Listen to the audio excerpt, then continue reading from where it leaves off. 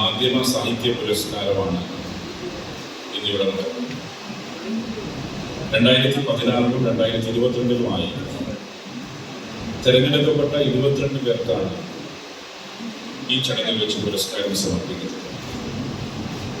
ശിശുക്ഷേമ സമിതി കുട്ടികൾക്കിടയിൽ പ്രവർത്തിക്കുന്ന ഒരു ഔദ്യോഗിക സംവിധാനമാണ്. കുട്ടികളുടെ ഉന്നമനത്തിന് അവർക്കാവശ്യമായ മാർഗനിർദ്ദേശങ്ങൾ നൽകുന്ന ഒരു സ്ഥാപനമാണ്, ഒരു വാർത്താ നിയമാധികാരങ്ങളുടെ ഒരു സ്ഥാപനമാണ് ശിശുക്ഷേമ സമിതി. ആ ശിശുക്ഷേമ സമിതി നടത്തിയ നിരവധി പ്രവർത്തനങ്ങൾ ഇതിനോടകം നമുക്കെല്ലാം അറിയുന്നതാണ്. അഴന്തോവി ചുമതല ഏറ്റെടുത്തതിന് ശേഷം വളരെ സജീവമായി തന്നെ ഈ മേഖല അഭിവൃദ്ധിക്ക് വേണ്ടിയായിരുന്നു ശ്രമിക്കുന്നത്. കാരണം അരുണിന് കുട്ടികൾക്കിടയിൽ ഇപ്പോൾ ക്രൈം വാർത്തകൾ വന്നതിന് ശേഷം ഞാൻ ഏതാണ്ട് രാത്രി മെല്ലൻ ഓഫായി കിടക്കുകയാണ്. മിക്കവാറും കുട്ടികളെ കൊന്ന വാർത്തയായിരിക്കും, അല്ലെങ്കിൽ സ്ത്രീകളെ പീഡിപ്പിച്ച വാർത്തയായിരിക്കും. ഇത് കണ്ട് ഉറങ്ങുമ്പോൾ ഒരു സുഖമില്ല. നമുക്ക് എന്തൊരു കോമഡി ഷോ കണ്ട് ഉറങ്ങുമ്പോൾ ഒരു മനസ്സിന് സംതൃപ്തി ഉണ്ടാകും.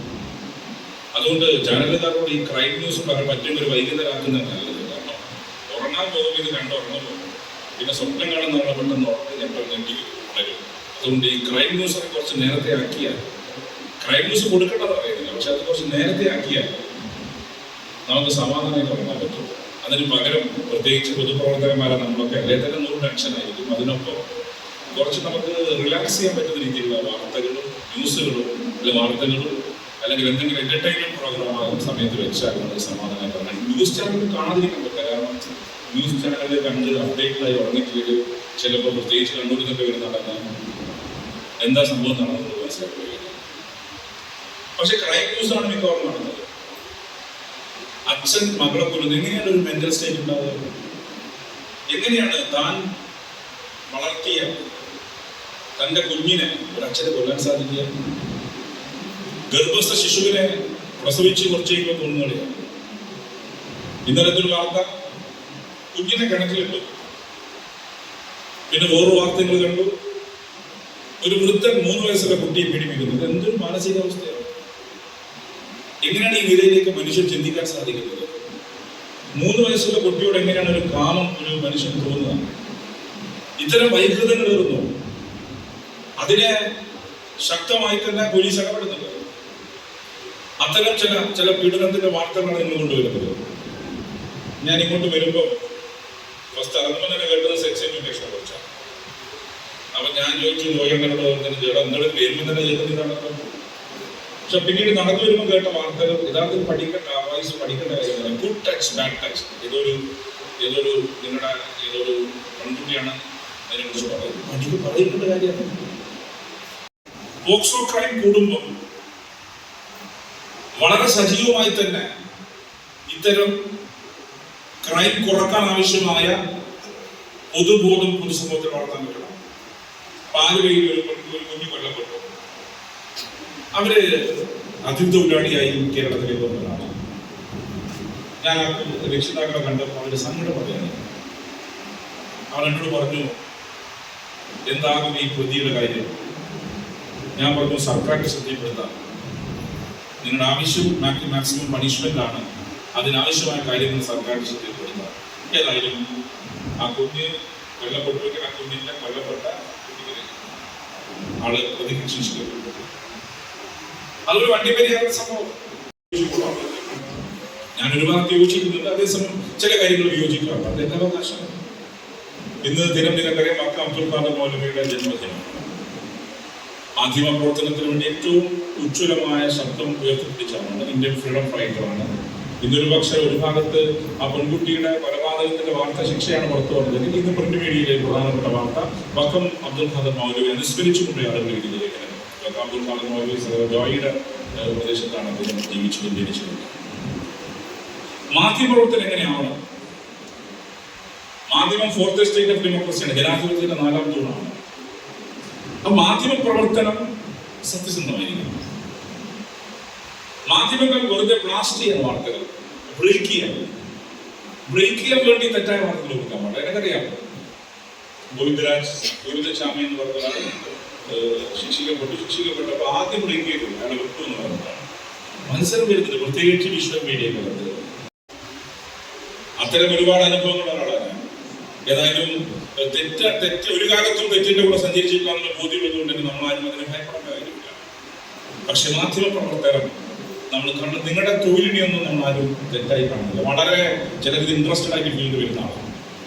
ഒരു അന്വേഷണാത്മക പത്രപ്രവർത്തനം, അതോടൊപ്പം തന്നെ ഒരു പാഷനായി കരുതി പത്രപ്രവർത്തനം നടത്തുന്ന ആൾക്കാരാണ്. അപ്പൊ ഇതൊരു പാഷനായി തന്നെ കരുതണം. അതിനപ്പുറത്ത് എങ്ങനെയെങ്കിലും പേരുണ്ടാക്കാൻ വേണ്ടി എന്തെങ്കിലും വാർത്ത കൊടുക്കാത്ത സമീപനം മാധ്യമപ്രവർത്തകർ സ്വീകരിക്കാൻ പാടില്ല. നല്ല കാരണം നിങ്ങൾ സമൂഹത്തിൽ ചെയ്യുന്ന നല്ല കാര്യങ്ങളെ ഞങ്ങൾ അംഗീകരിക്കുന്നു. നിങ്ങൾ തെറ്റായ കാര്യങ്ങൾ പറഞ്ഞാൽ അതിനെ ശക്തമായി തന്നെ എതിർക്കാൻ ഞാൻ തയ്യാറാണ്. ഇപ്പൊ സുദീർഘമായ ഒരു പ്രസംഗത്തിനുള്ള പ്രസക്തിയില്ല. കാരണം ഇതൊരു കുട്ടികളെ കൂടി പങ്കെടുക്കുന്ന ഒരു ചടങ്ങാണ്. പ്രത്യേകിച്ച് ഇന്നത്തെ കാലത്ത് അധിക നേരം പ്രസംഗം കേൾക്കാൻ അത് താല്പര്യമുള്ള കാര്യമാണ്. അപ്പൊ അങ്ങനെ ഒരു സ്പീക്കർ അത് പറയുമ്പോൾ ഇരിക്കുമ്പോൾ നിങ്ങൾക്ക് കൃത്യം മനസ്സിലായി. ഞാൻ ഈ പരാമർശം നടത്തിയപ്പോൾ നിങ്ങളുടെ ഉള്ളിലിരുന്ന കാര്യം ഞാൻ പറഞ്ഞു. അങ്ങനെ പറഞ്ഞുകൊണ്ട് ചിരി വരുന്നത്, അല്ലെങ്കിൽ അത് ചിരിക്കും. ഗൗരവത്തിൽ തന്നെ നിങ്ങൾ വശമിട്ട് ചിരിക്കും. നിങ്ങളുടെ മനസ്സിലെ കാര്യം നമ്മൾ പറയുമ്പോൾ അറിയാണ്ടെന്ന് ചിരിച്ചു. അതാണ് നിങ്ങൾ പലരും മുമ്പത്ത് ചിരി വന്നത് ഞാൻ സംസാരിക്കാൻ ഉദ്ദേശിക്കുന്നത്. പിന്നെ പ്രത്യേകിച്ച് സ്പീക്കറൊക്കെ വിളിക്കുമ്പോൾ ആർക്കറിയാം, ഈ അരുൺ എന്ന് പറയുന്ന സ്പീക്കറെ വിളിച്ച് അധികം സംസാരിക്കില്ല. കാരണം സ്പീക്കർമാരെ കുറിച്ച് പൊതുവിൽ പറയുന്നത് സംസാരിക്കാൻ പാടില്ലാത്ത ആളാണ്. അതുകൊണ്ട് അധിക നേരം ഞാനിപ്പോൾ പ്രശ്നം നിർത്തിയ തുടർന്ന് വരുന്ന ആളായിരുന്നു എന്നെക്കാൾ കുറച്ച് പ്രസംഗിക്കാൻ പറ്റും. അപ്പൊ അതുകൊണ്ട് നിങ്ങൾക്ക് എല്ലാവർക്കും എന്നെ ക്യാമറയൊക്കെ വെട്ടിക്കൊണ്ടിരുന്ന് പോകാം. അല്ലെങ്കിൽ എത്ര നേരം ഇരിക്കേണ്ടി. കാരണം നമ്മൾ കാണുന്ന കാര്യം നമ്മൾ അഡ്രസ്സിന്റെ ബഹുമാനിക്കുമ്പോൾ ഞങ്ങൾ നിങ്ങളെ ബഹുമാനിക്കും. നിങ്ങൾ രാഷ്ട്രീയത്തോടെ ഇങ്ങോട്ട് പെരുമാറിയാൽ അതേ രാഷ്ട്രീയത്തോടെ നിങ്ങൾ പെരുമാറാത്തത് ഞങ്ങൾ ജനങ്ങൾക്ക് വേണ്ടി പ്രവർത്തിക്കുന്നുണ്ടാണ്. അപ്പൊ നിങ്ങൾ രാത്രി എത്ര മറ്റേ കോമഡി ഷോ സെറ്റായി കാണിക്കും. അയാളിങ്ങനെ പെരുമാറി. യഥാർത്ഥത്തിൽ ഇടയ്ക്കെല്ലാം അങ്ങനെ മുഖം കിട്ടിയത് നിങ്ങളെ കുറിച്ച് പറഞ്ഞാണ് പ്രശ്നം. നമ്മളൊക്കെ ചില ഘട്ടത്തിൽ ആത്മരോഷത്തിൽ പറയുന്നു, രണ്ട് മുഖമില്ലല്ലോ.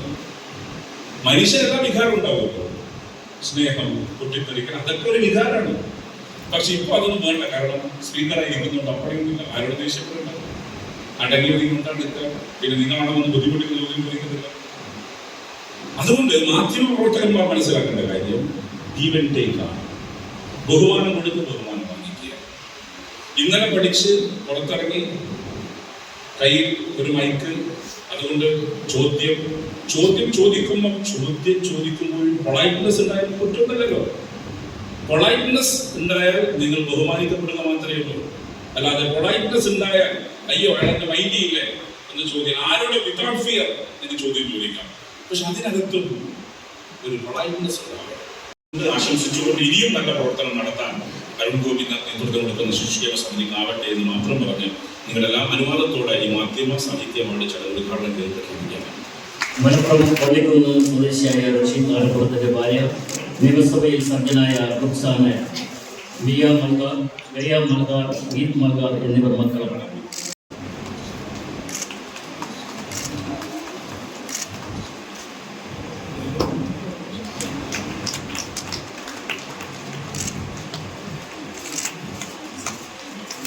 ഒരു വയസ്സുകാരൻ മകൻ തങ്ങീകിന്റെ മനസ്സ് വളരുന്ന വൈകാരിക ഭാവത്തിന്റെ നൊമ്പര കാഴ്ച ക്യാമറയിൽ പകർത്തിയതാണ് സിബു ഭുവനചന്ദ്രൻ അവർ.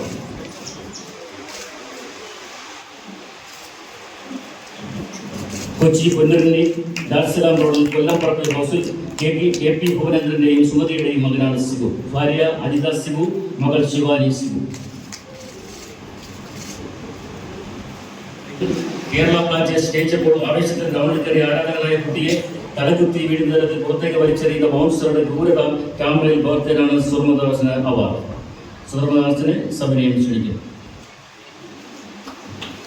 ചേർത്തല പാണാപ്പള്ളി നീലംകുളങ്ങര രവീന്ദ്രൻ ശാന്തി രാധാ ദമ്പതികളുടെ മകനായ സ്വർണ്ണദാസിന്റെ ജീവിതസഖി PS സന്ധ്യ, ഏകമകൾ NS നിവേദിക.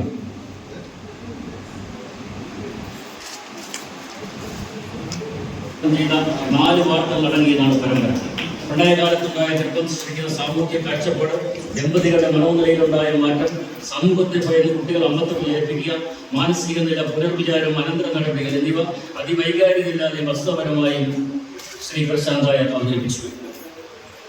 കോട്ടയം കിടങ്ങൂർ കുമ്മണ്ണൂർ കാർത്തികെ TN രാഘവൻ നായരുടെ ഇന്ദിരാഭായിയുടെ മകനായ പ്രശാന്ത് നായരുടെ ജീവിത പങ്കാളി കാർത്തികെ ആരെ, മകൻ ദേവപ്രയ. സബിഡി കാര്യത്തിൽ നിർമ്മിച്ച് 2022 ആഗസ്റ്റ് 7 പ്രക്ഷേപണം ചെയ്ത പാഠം 1 ലിംഗസമത്വം എന്ന പരിപാടിക്ക് ലഭിച്ചു. സമഗ്രമായ ലൈംഗിക വിദ്യാഭ്യാസ പ്രക്രിയ, കുട്ടികൾക്ക് വേണ്ടതിനെ സംബന്ധിച്ച് ചൂണ്ടിക്കാണിക്കുന്ന ഈ TV പരിപാടി, സ്കൂളുകളിൽ പാഠ്യപദ്ധതിയിൽ ലൈംഗിക വിദ്യാഭ്യാസം സർക്കാർ ഉൾപ്പെടുത്താൻ ആലോചിക്കുന്നതിനെ സംബന്ധിച്ച് വിശദമായി ചർച്ച ചെയ്തു. കോഴിക്കോട് കൊമ്മേരി മാന്താവ് പറമ്പത്തുകാട്ടിൽ വി ഹരിഗോവിന്ദന്റെയും PK ഗീത ദമ്പതികളുടെ മകളായ ആര്യ മലയാള മനോരമ ദിനപത്രത്തിലെ മാധ്യമപ്രവർത്തന ആദർശ് മാധവിന്റെ ഭാര്യയാണ്. മകൾ ദേവാലയത്തിലേക്ക് ക്ഷണിക്കുകയാണ്.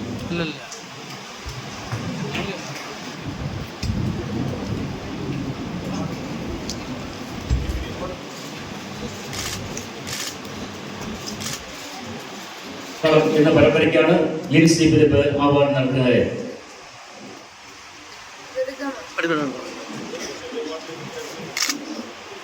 ഈ വിഭാഗത്തിൽ പ്രത്യേക പുരസ്കാരം മലയാള മനോരമ തിരുവനന്തപുരം ചീഫ് റിപ്പോർട്ടർ മഹേഷ് ഗുപ്തന് ലഭിച്ചു.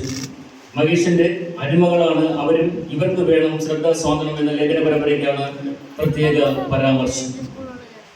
ശ്രീ മഹേഷ് ഗുപ്തനെ സ്നേഹപൂർവ്വം ക്ഷണിക്കുന്നു.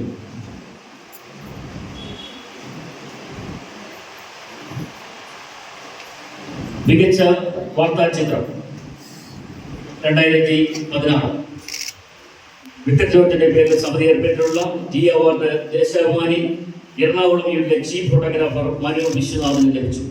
2010 പുരസ്കാരം തിരുവനന്തപുരം മലയാള മനോരമ ദിനപത്രം സീനിയർ ഫോട്ടോ എന്ന ചിത്രത്തിനാണ് അവാർഡ്. ഇതിലേക്ക് സ്നേഹപൂർവ്വം ക്ഷണിക്കുന്നു. വിഭാഗത്തിൽ പ്രത്യേക പുരസ്കാരം ആലപ്പുഴ മാതൃഭൂമി ദിനപത്രം ചീഫ് ഫോട്ടോഗ്രാഫർ ശ്രീ വിജുവിനെ ലഭിച്ചു. വിജുവേട്ടനെ സ്നേഹപൂർവ്വം ക്ഷണിക്കുന്നു. സ്നേഹബന്ധം എന്ന ചിത്രത്തിലാണ് അദ്ദേഹത്തിന് അവാർഡ് ലഭിച്ചത്. തുടർച്ചയായി 3 തവണയാണ് കേരള സംസ്ഥാന ചലച്ചിത്ര സഭയുടെ അവാർഡ് ശ്രീ ബിജുവിന് ലഭിക്കുന്നത്.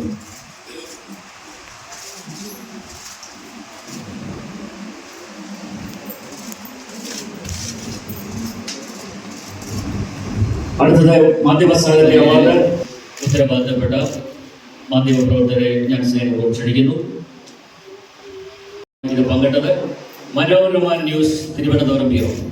മനോരമ ന്യൂസ് തിരുവനന്തപുരം ബ്യൂറോയിലെ മാധ്യമപ്രവർത്തകർക്ക് ഈ അവാർഡ് ഏറ്റുവാങ്ങുന്നതിന് വേണ്ടി റിപ്പോർട്ടിംഗ്, സമഗ്ര റിപ്പോർട്ടിംഗ്, ദൃശ്യമാധ്യമം മനോരമ ന്യൂസ്, അതുപോലെ Kairali news Thiruvananthapuram bureau, Kairali news Thiruvananthapuram bureau ബന്ധപ്പെട്ട മികച്ച വാർത്താ ചിത്രം. ഈ മികച്ച ഇത്തവണത്തെ വാർത്താ ചിത്രം തിരഞ്ഞെടുക്കുന്നത് തിരുവനന്തപുരം മെട്രോ വാർത്ത ചീഫ് ഫോട്ടോഗ്രാഫർ ശ്രീ വിജയ വാർത്താ ചിത്രം.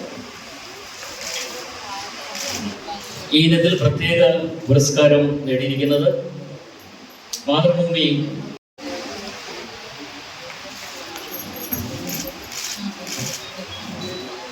ഈ ഭാഗത്ത് മറ്റൊരു പ്രത്യേക പുരസ്കാരം ലഭിച്ചിരിക്കുന്നത് ദേശാഭിമാനി തിരുവനന്തപുരം ബ്യൂറോയിലെ ഫോട്ടോ ജേർണലിസ്റ്റ് ശ്രീ ശിവൻ ചെറുകരയാണ്. ശ്രീ ശിവൻ ചെറുകരെ അത്യധികം സ്നേഹതരപൂർവ്വം വേദിയിലേക്ക് അവാർഡ് വാങ്ങാനായി ക്ഷണിക്കുന്നു.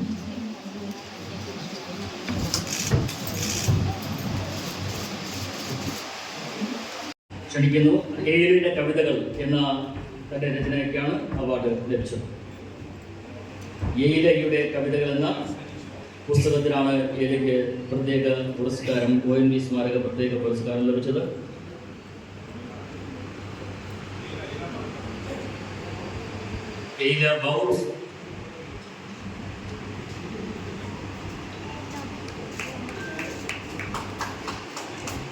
ഈ ഇനത്തിൽ മറ്റൊരു പ്രത്യേക പുരസ്കാരം ലഭിച്ചത് മാളവിക തമ്പി.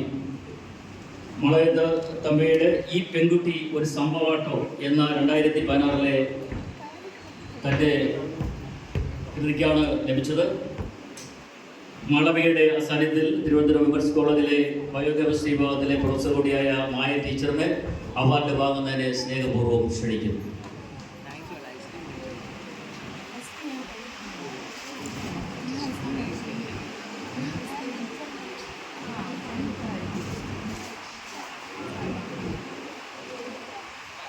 ഈ സ്റ്റാൻഡിംഗ് കമ്മിറ്റി അംഗങ്ങളായിട്ടുള്ള ശ്രീ സുമേശൻ, മീര ദർശക്, ശ്രീ MK പശുപതി, ശ്രീ OM ബാലകൃഷ്ണൻ, ശ്രീ യേശുദാസ്